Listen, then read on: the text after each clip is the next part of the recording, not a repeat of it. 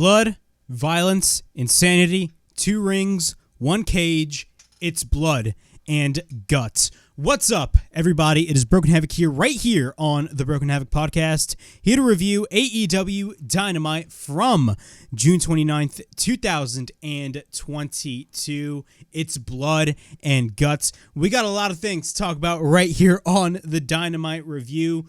What a freaking main event that was. Blood and guts for the second ever time on national TV.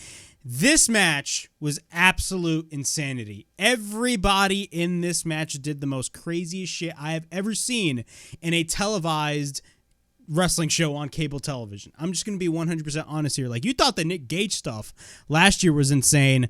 This stuff was just a whole nother level. Like, this whole match absolutely topped last year's Blood and Guts match 100%. But literally, everything about the show is just flat out awesome. Of course, really, the main focus of this show was blood and guts. But we also have other stuff that happened on the show. Of course, the main thing aside from the blood and guts match was Luchasorous officially turning heel and aligning himself with the one and only instant classic Christian Cage. Jurassic Express is no longer a tag team. I'm going to be giving you guys my thoughts on that as well. But before I get on with all of this craziness, make sure to like and subscribe to the Broken Havoc podcast right here on YouTube, in which we discuss everything in and outside of the squared circle. Make sure to like and subscribe for more content. And as the frickin' referee would say, ring that damn bell for more notifications. Also, the Broken Havoc podcast is available on audio platforms. It's available on Apple Podcasts, Spotify, Anchor, and Google Podcasts. So if you guys want to check out the Broken Havoc podcast in audio format, it is available on all of those platforms. So let's talk about Blood and Guts. Blood and Guts was a crazy-ass show. And I mean that wholeheartedly. This was probably, the match itself was definitely the best TV main event in the entire year. And a lot of people have been stating that. And if you honestly argue that, I don't know what's wrong with you, but to be quite honest with you, I haven't seen anything like this match that we saw this past Wednesday night. I really haven't. I mean, we've seen a lot of blood when it came to matches. I mean, of course, you can talk about the Nick Gage match and all that other stuff, but really, man, this match was just a whole nother level. The fact that they actually had the balls to put this on national TV is absolutely insane, and it definitely showed its success considering the fact that this show did a 1.0 rating. So that was great to see as well. But let's not talk about ratings and just talk about the show itself. The show kicked off with Ethan Page versus Orange Cassidy. Of course, Orange Cassidy right now is coming off a banger of a freaking match with Will Ospreay this past Sunday at the Forbidden Door pay-per-view. That match was absolutely insane. That was by far the best match on the entire card. And Forbidden Door was an absolutely amazing show. And if you guys haven't checked out my AEW New Japan Pro Wrestling Forbidden Door pay-per-view review, the link is in the description below. But Will Ospreay and Orange Cassidy absolutely killed each other. Not only have they absolutely killed it in that match on Sunday night, so Orange Cassidy is definitely on a roll. But this week, he faces Ethan Page. Of course, Ethan Page is a part of the Men of the Year alongside with Dan Lambert. Dan Lambert, of course, cuts his promo. He does his promo shtick, basically running down Orange Cassidy and mocking a lot of the current wrestlers. Of course, a lot of the current wrestlers are very different than when he grew up on. But we got a bunch of shut the fuck up crowds by the chant, which was by the crowd, which was absolutely hilarious. The referee bans best friends in the ring, or from the ring, I should say, and then the match starts. Cassidy puts his hands in his pockets. Page instantly takes him down. Cassidy proceeds to stand up, and after that, he tries to pick up Page, but then Page counters. Cassidy then counters the hip toss with a suicide dive. Then after that, he takes him back into the ring. He goes to the top, and then he goes for a diving crossbody. We get a cover and a 1 count. Page then proceeds to pick up Cassidy, but then Cassidy escapes. Cassidy runs into a shoulder block by Ethan Page. After that, Page goes for a body shot on Cassidy. He picks up Cassidy, and then he slams him after that. After that, we get a roll-up attempt by Cassidy, but then Paige sends Cassidy onto the outside. Once we're back from commercial break, we get a sunset flip attempt by Orange Cassidy, but then Paige takes Cassidy, then Paige goes for a roundhouse kick. Then Paige follows up by a brain buster. After that, we get a cover and a near fall. Paige then picks up Cassidy for the Ego's Edge attempt, but then Cassidy, while he's up, he tries to put his hands in his pockets, but then Paige does not let him. Paige goes for a right, but then he hits the Ego's Edge, but then Cassidy counters with the Hurricane Rana, which looked amazing. After that, Cassidy goes to the top, but then Dan Lambert then tries to interfere, but then Paige hits a right on Cassidy. Pac picks up Paige, or I shouldn't say, Pac. Pac is not even in the match, but Paige gets picked up. He hits a power slam. We get a cover and a near fall. We get repeated rights by Paige. Paige then proceeds to flip off the crowd after that. Paige then picks up Cassidy, but then Cassidy counters with the one and only stunt dog millionaire. He tries to pick up Paige, but Cassidy counters Paige with a swinging DDT. We get a cover and a near fall. Dan Lambert then comes in. Cassidy goes for his amazing kicks on Dan Lambert, which was freaking hilarious. But then he takes the orange juice from Dan Lambert, so that's a nice little nod right there to his name. Of course, his name is Orange Cassidy, and Orange Cassidy took orange juice, so that was pretty funny. But after taking the orange juice after that, he drinks it, and then he proceeds to hit the orange punch, and then he hits it on Dan Lambert, proceeds to hit a body slam, and then we get a cover, and Orange Cassidy wins the match. Overall thoughts on this opening match? This was a pretty good opening match in my opinion. I really enjoyed it for what it was. Really, this was not really the main focus. Of course, the main focus was the Blood and Guts match, so I could understand if you didn't really care a lot, but honestly, man, it's freaking Orange Cassidy that we're talking about, and Orange Cassidy came off an amazing match with Will Ospreay this past Sunday at Forbidden Door, so definitely 100% Cassidy is on a freaking roll. Not only that, I'm absolutely loving Ethan Page. I'm a big fan of his. Not only that, I'm a big fan of what he's doing with Dan Lambert and Scorpio Sky. That is just my view. We get a Christian Cage interview. If you guys do not recall, 2 weeks ago at Road Rager, Christian Cage turned on Jungle Boy after Luchasaurus and Jungle Boy lost the AEW World Tag Team Championships to the Young Bucks. The Young Bucks are now the current AEW Tag Team Champions. And last week, Christian Cage cut a extremely savage promo on Jungle Boy. Talks about how, his father was dead and all that stuff. This guy's an absolute savage. If you guys haven't seen Christian Cage's promo from last week on Dynamite, it's on YouTube. Go ahead and check it out. This guy's an absolute freaking insane savage. But he continues on this week, but instead of it being an extremely long promo, this guy went for a short promo, and of course he had a surprise with all of us, and I'll tell you guys the surprise later on if you got, well, in fact, you know what, the surprise was Luchasaurus. Luchasaurus, of course, turned heel, and it's absolutely insane, but I'll talk about that later on after I go through Christian's promo. We get a bunch of asshole chants from the crowd. It says that he's been asked by upper management to apologize about what he talked about last week about his family. It says that he's never apologized for anything in his career, and says that he is sorry that his entire family isn't dead. So Christian Cage is continuing to go on that savagery train. So then he basically states after that everybody in his family except for his mom should be dead, and says that, he hears the chants from the crowd in Detroit. Of course, it is the first time that AEW is in Detroit, and he basically tells Detroit, classy as always, and the only thing that this city has going for is that they're close to Canada, and talks about how why is he standing here with street clothes is because of the fact that he requested a match, but he never said that he was going to be in that match. So what ends up happening is Luchasaurus comes out with new music. He has this dark, presence about him.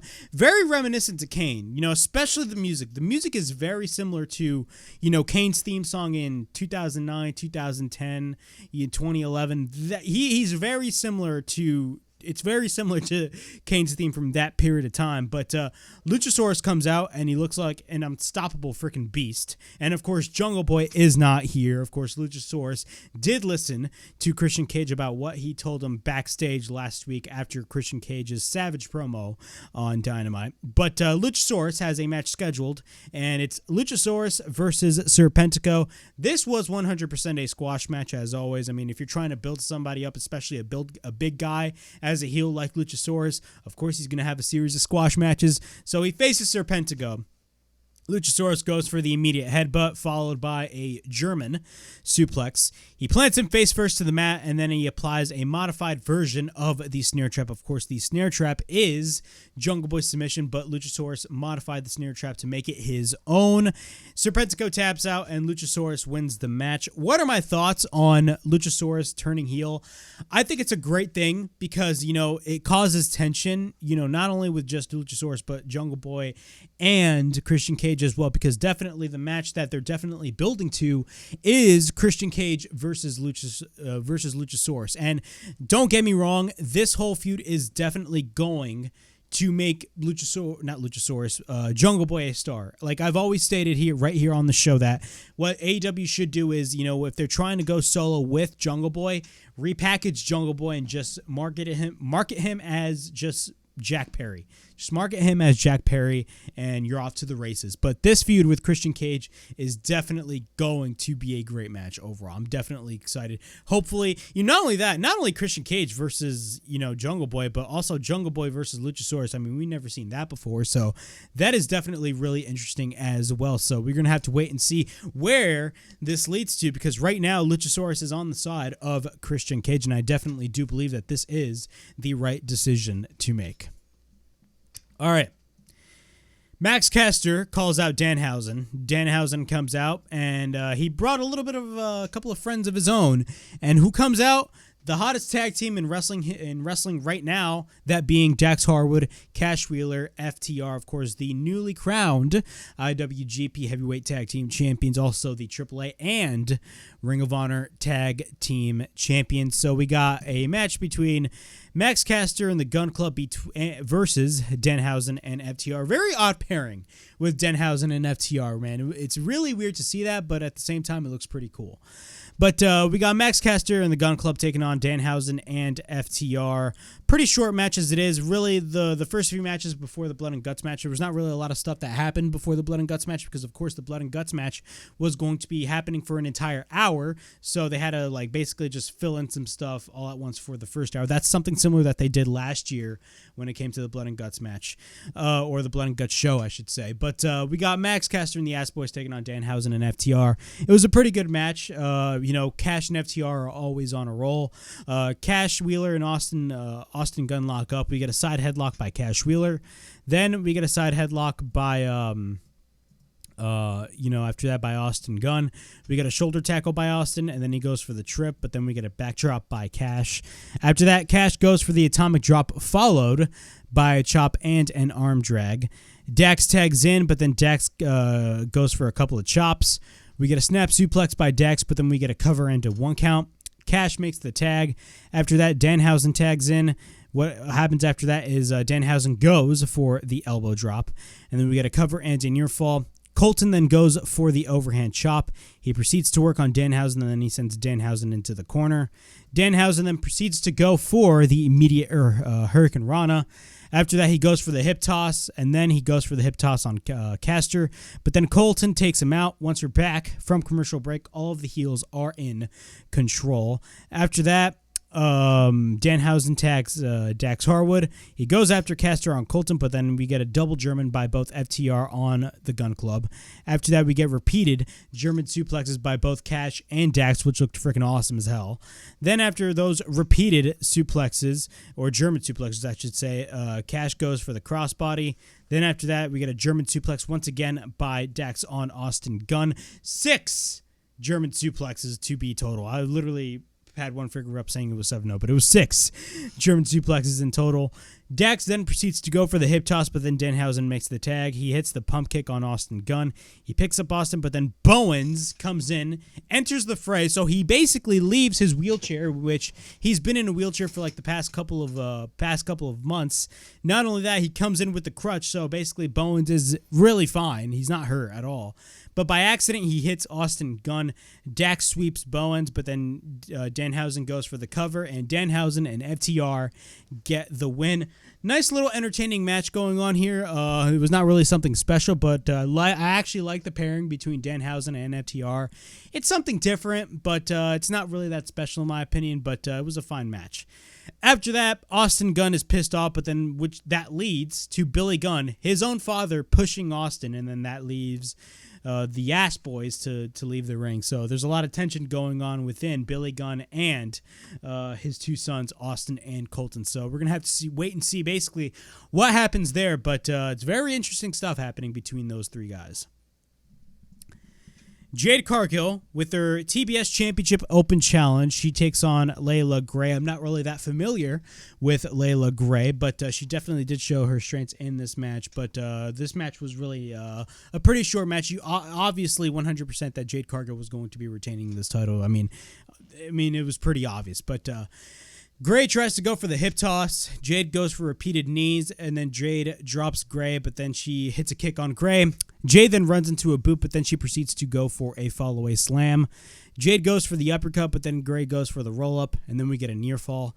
Gray then fights off Jade, but then we get a running knee into the corner. She tries to go for a running bulldog, but Jade counters. Then she goes for a boot. Jade then proceeds to go for her finishing maneuver, that being the Jaded.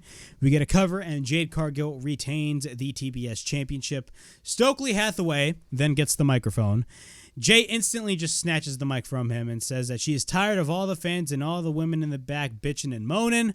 Then she turns to Stokely Hathaway and tells him that she wants real competition, and she gave everyone an opportunity. But then what happens? Chris Statlander and Athena come out. Well, actually, no. Says that they are not over.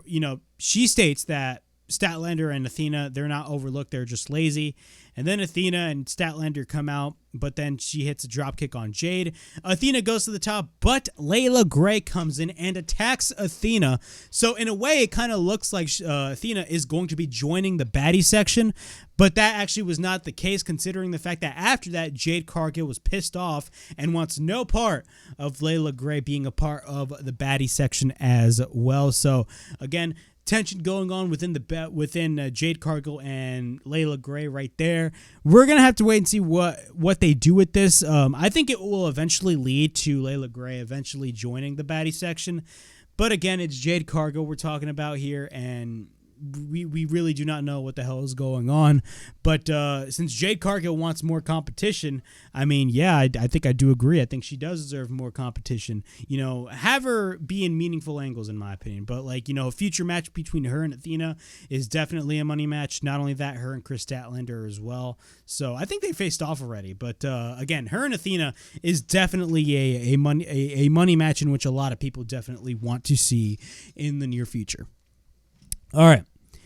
The Young Bucks are backstage, and they talk about how they reached the promised land twice, and that they are now two-time AEW World Tag Team Championships, but they're not even happy. Adam Cole is in here, but there's no one left, so they challenge Goto and Yoshihashi to a tag team match at Rampage, which is airing tonight. And yeah, man, that should be a pretty good match. Which will then lead us to the Blood and Guts match, man. The Blood and Guts match took over the entire final hour of the show, as it should, considering the fact that this is basically a whole War Games match. And War Games match are really long matches, and they do deserve to go over an hour. But overall thoughts, I'm going to give you guys, before I get through with the match, my overall thoughts on the Blood and Guts match is this was a freaking banger of a match. I absolutely enjoyed every freaking moment of the Blood and Guts match, man. Every year when I look forward to, I definitely look forward to Blood and Guts, man. Not just because of the fact that it's not on pay-per-view, but it's because of the fact that it's on live TV, man. It's on cable TV. You're getting a War Games match, and that is great to see, considering the fact that AEW puts a lot of effort when it comes to this match, and the mistakes that they made last year when it came to the Blood and Guts match, they definitely corrected those mistakes this year. And it's safe to say that this Blood and Guts match was definitely 10 times better than last year's Blood and Guts match. Don't get me wrong. Last year's Blood and Guts match was fantastic between the Pinnacle and the Inner Circle, but that one ending where Jericho fell off the cage and went through that platform, that was kind of an issue there. And, a lot of people took that issue out of context, considering the fact that us fans, we were not mad at the fact that Jericho fell through padding. That is such a bullshit, statement to make. Of course he went through padding. It was pretty obvious that he had to go through padding. But the actual problem was the way that it was shot. Because the way that it was shot, it was pretty obvious. You saw all of the padding that Jericho fell through. When Sammy Guevara fell off the cage and basically pulled a Mick Foley, I guarantee you there was definitely padding, but you didn't see it. So they definitely corrected that mistake. But man, this whole match, this Blood and Guts match between the Blackpool Combat Club and the JAS was so much better than last year's. And last year's was amazing, but this match was freaking insane. Eddie Kingston and Jon Moxley were absolutely going ballistic. A lot of people were actually wondering, the chemistry that Claudio and Kingston, how are they going to click, considering the fact that they have legitimate heat with each other? But it looks like, as of right now, that they squashed that beef. If you guys watched in the beginning of the match, before the match even started, when everybody was making their entrance, Claudio and Eddie Kingston actually did a fist bump, which was great to see. Not only that, Eddie Kingston actually raised the hand of Claudio. So that's another great thing to see as well. So apparently their beef is squashed, but honestly, down the road, hopefully we get a match out of these two because, in my opinion, you can definitely, take real life and turn it into a storyline. This can be a pure example of that, but that is just me. Maybe others can disagree, but that is just my opinion. But overall, man, Claudio looked absolutely great in this match. Of course, Claudio made his AEW debut last Sunday at Forbidden Door, facing off against Zack Sabre Jr., which was a great match, by the way. And he looked absolutely fantastic, man. The fact that he did a freaking Cesaro swing, or just the swing on the top of the cage, is freaking insane, Brandon. I'd be freaking scared of my life if I was doing that. But also, Wheeler Yuta as well, man. Sammy Guevara is a freaking savage. This guy does not give a shit about what he does to his body because he's very much similar to Darby Allin in some aspects.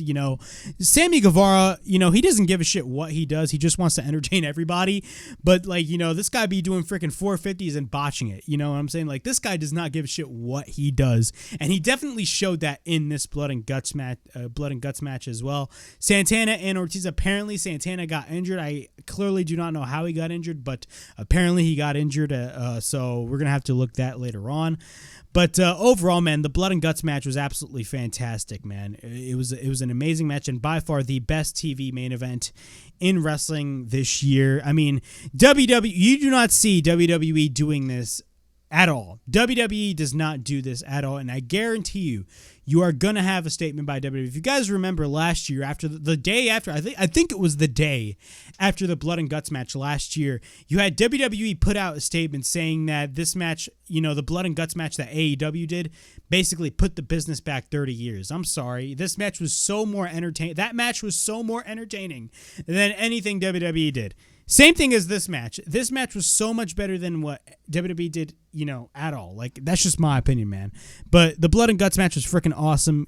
Claudio looked great. Wheeler Yuta, everybody in the Blackpool Combat Club looked great. There was a bunch of violence on this show, a bunch of crazy shit. There's a lot of blood. I mean, the match is called Blood and Guts for a reason, but there was a lot of blood in this shit. And you got a lot of people, man. You got a lot of people complaining about, oh my God, it's too violent. But it's a War Games match. That's what it's supposed to be. Just like a Hell in the Cell. If the Hell in the Cell does not have blood, then what's the point of the freaking Hell in the Cell match? I mean, the match is called Hell in a Cell for a reason. So there's supposed to be blood, but there isn't. So them complaining about AEW uses too much blood. I mean, I can understand those points saying, oh, it causes injuries and all that stuff. But people don't realize the blood is a symbolism of the emotion in the match, but also the blood is also it basically symbolizes the entire story of the match, and it symbolizes the hatred that, that both teams are, having against one another. That's basically why blood is in wrestling, and that's why blood is in AEW, man. WWE should utilize more blood, in my opinion. That is just me, and I get a kick out of watching blood in wrestling. That is just my opinion. It makes things more realistic. But the Blood and Guts match officially begins. Claudio and Sammy Guevara actually start the match. Now, a lot of people were actually wondering who should start the match. Now, you got, in the Jericho Appreciation Society, you got guys like Sammy Guevara and Daniel Garcia. And down at the Blackpool Combat Club, you got a guy like Wheeler Yuta. Now, a lot of people were saying, it should have been Wheeler Yuta and Daniel Garcia starting because of the fact that they got a current feud going on. Apparently, they did wrestle each other for the Pure Championship on Dark, which I did not watch, which I got to go out of my way and watch that match because definitely, that's definitely a great match to see. Not only that, I do possibly see, since Death Before Dishonor is coming up, Wheeler Yuta is definitely going to be defending that Pure Championship against who? I don't know. My guess is probably Daniel Garcia again. I do not know, but we're going to have to wait and see. So either Daniel Garcia versus Wheeler Yuta could have started, or Sammy Guevara versus Wheeler Yuta. I mean, Sammy Guevara versus Wheeler Yuta, we kind of got a glimpse of that back at Forbidden Door in the opening match, but I mean, I wouldn't really mind if they hadn't started the match, the Blood and Guts match, but Claudio and Sammy started the match, which I had absolutely no problem of. I think the chemistry that both Claudio and Sammy have is absolutely fantastic, but both immediately go at it. Claudio throws Sammy into the corner, and he goes for an uppercut. We get repeated uppercuts by Claudio. Sammy then goes for the chop, but then Claudio no-sells it. Claudio goes for the uppercut. He goes for repeated chops, but then Sammy gets taken into the center of both rings. Then after that, Sammy climbs up the cage, but then Claudio climbs up as well. Claudio, after that, drops on the top rope, but then Claudio runs into a kick by Sammy.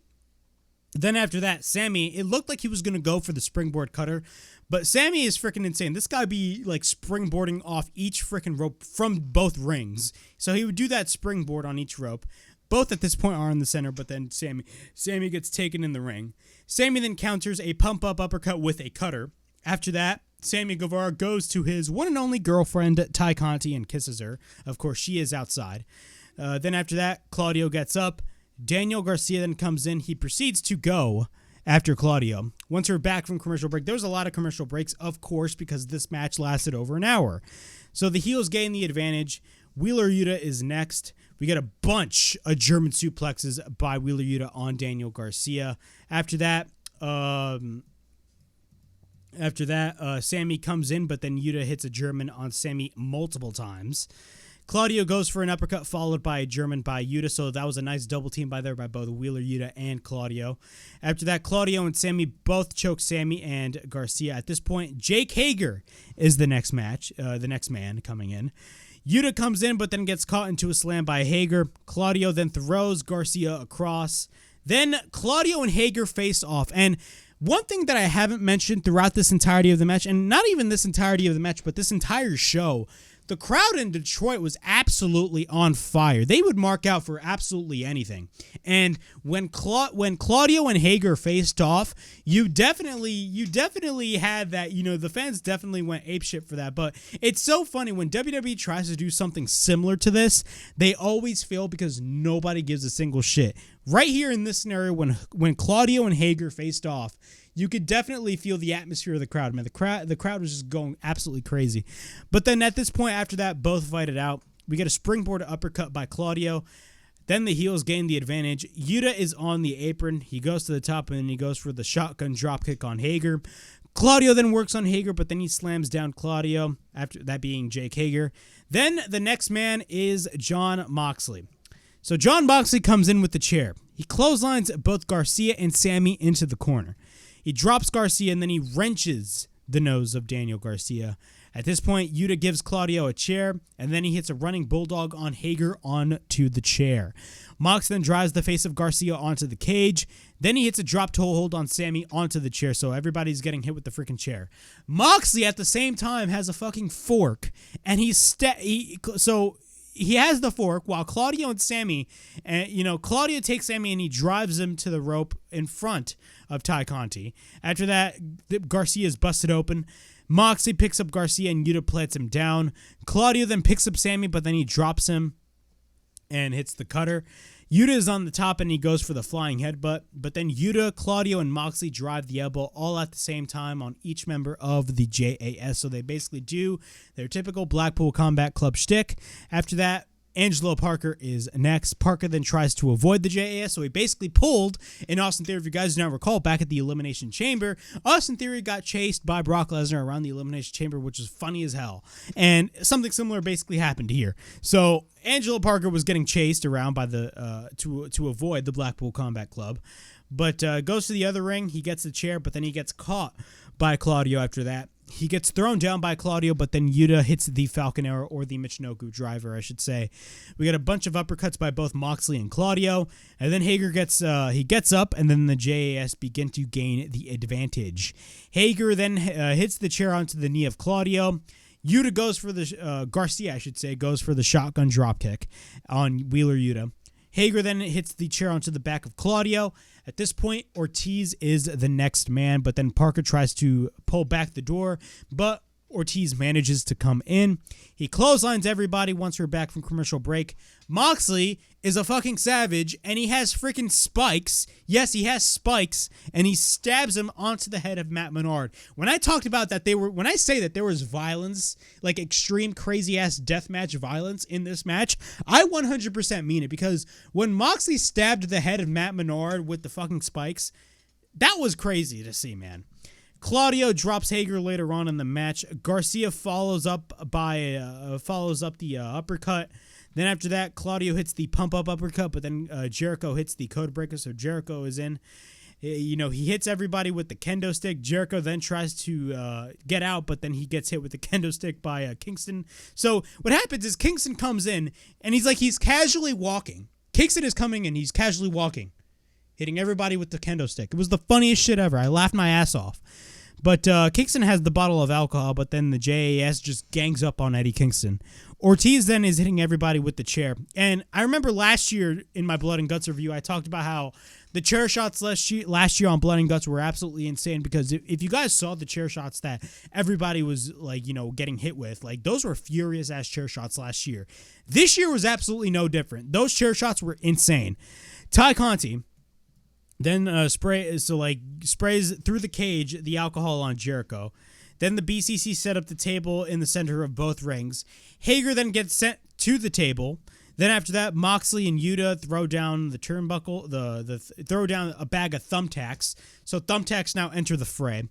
Claudio then exposes the canvas, so they have the padding and now they have the wood. So the only thing that's on the floor of the ring is the freaking wood. Then after that, so he exposes the canvas. After that, Mox throws down Matt Menard onto the thumbtacks, and you see all this freaking violence during the picture-in-picture commercial break, but once they came back from commercial break, the first thing you see is Jericho dragging Moxley all around through the thumbtacks, and then he proceeds to apply the walls of Jericho on Moxley. That was furious as hell. The fact that Jericho managed to drag Mox across the thumbtacks. I mean, I saw this one tweet that Jericho basically got revenge from Moxley after 2016 at Extreme Rules. If you guys do not remember, they had a steel cage match, I believe, at Extreme Rules, and thumbtacks were involved in that match. So that was pretty funny that somebody pointed that out. But Jericho dragged Moxley through the thumbtacks, and then he applied the walls of Jericho. Kingston then comes in, and then he throws the thumbtack. So he grabs a handful of thumbtacks, and then he throws it on the face of Jericho. Then Kingston and Jericho fight it out, but then Kingston sends Jericho in the cage. Jericho then basically throws a fire, not throws, but he extinguishes the fire extinguisher on Kingston. Then Ty Conti enters the fray. She comes in and she gets the key. But what happens? Ruby Soho comes in and basically attacks Ty Conti, and both women brawl on the outside while a freaking insanity of a blood and guts match is happening. So then after that, Jericho, since the door is already open, Jericho actually ends up going to the top of the cage. And once somebody goes up top of the cage, you already know what the fuck is going to happen. So somebody's going to get their ass, getting thrown off of that shit. But what after that, that Jericho goes to the top, and then what happens is, Kingston ends up going to the top. Kingston, goes for the spinning back fist. Sammy ends up coming up to the top, and then what happens is Kingston goes for the low blow. And Sammy, what happens is Sammy gets taken to the outside, and he gets thrown to the timekeeper's area table. So he gets thrown on the off the cage, and he gets thrown onto the timekeeper's table. Then Kingston goes, he's up the top of the cage, and then both Kingston and Jericho are on the top of the cage. Jericho applies the walls. Then after that, Claudio comes up. So Claudio comes up, and once Claudio came up, I was like, oh shit, there's some bullshit that's going to happen between both Eddie Kingston and Claudio. I can just feel it considering the fact that Claudio is going to be the one going up. But what happened was he proceeds to hit a boot on Jericho, but then Matt Menard comes up. Claudio takes Matt Menard, and he does the fucking swing on the top of the cage. He does the Claudio swing. He basically pulls the swing on the top of the cage. And I'm like, bro, I'd be scared as hell if I did that. That was crazy to see. And then Kingston and Claudio apply submissions all at the same time. And then Matt Menard taps out, and the match is finished. The Blackpool Combat Club get the win. And then after the match was over, you had Eddie Kingston, who had this, disappointed and pissed off look in his face because I believe the person that he had the submission applied was not Matt Menard. I think it was Matt Menard that was the one that tapped out. And, Eddie Kingston did not have Matt Menard in the submission. I think it was Sammy that... No, Sammy got thrown off. It was Jericho. My apologies. Jericho was the one that was in the submission from Kingston. Jericho did not tap out, but then Matt Menard tapped out. And, Kingston was kind of, pissed off in a way, but he was able to shrug it off and actually managed... He actually managed to basically, lift up the hand of Claudio, and every member of the Blackpool Combat Club ended up going up top of the cage. William Regal was celebrating on frickin' commentary, and, everybody was just celebrating at the top of the cage, and the show ends. Overall thoughts on this whole blood and guts match, again, as I've stated right at the top, it was blood, violence, insanity, 2 rings, 1 cage. It was blood and guts. Blood and guts is exactly what I envisioned, this match that was going to do, how this match was going to happen. Like, everything that we saw in this match, everybody needed to expect. I mean, for God's sakes, the match is called Blood and Guts for a reason. But overall, man, this whole match was absolutely insane. And one of the most insane freaking matches that I have ever seen on television, on cable TV, on live cable TV. The fact that TBS actually allowed that shit is insane, because, I had other family members watching this, and I'm like, how is this on? They were like, how is this on TV? Like, that is absolutely insane. But overall, man, Blood and Guts was an awesome show, but it was a freaking awesome match. Overall, I definitely enjoyed it for what it was. It was a great match overall, and, let's see what the future holds for the Blackpool Combat Club and the Jericho Appreciation Society. So, yeah, that was my AEW Dynamite review from June 29th, 2022, and, of course, my review of Blood and Guts. Please like, subscribe, comment down below, push that bell for notifications, and be on the lookout for more videos right here on the Broken Havoc podcast. And, as always, it is Broken Havoc, signing out.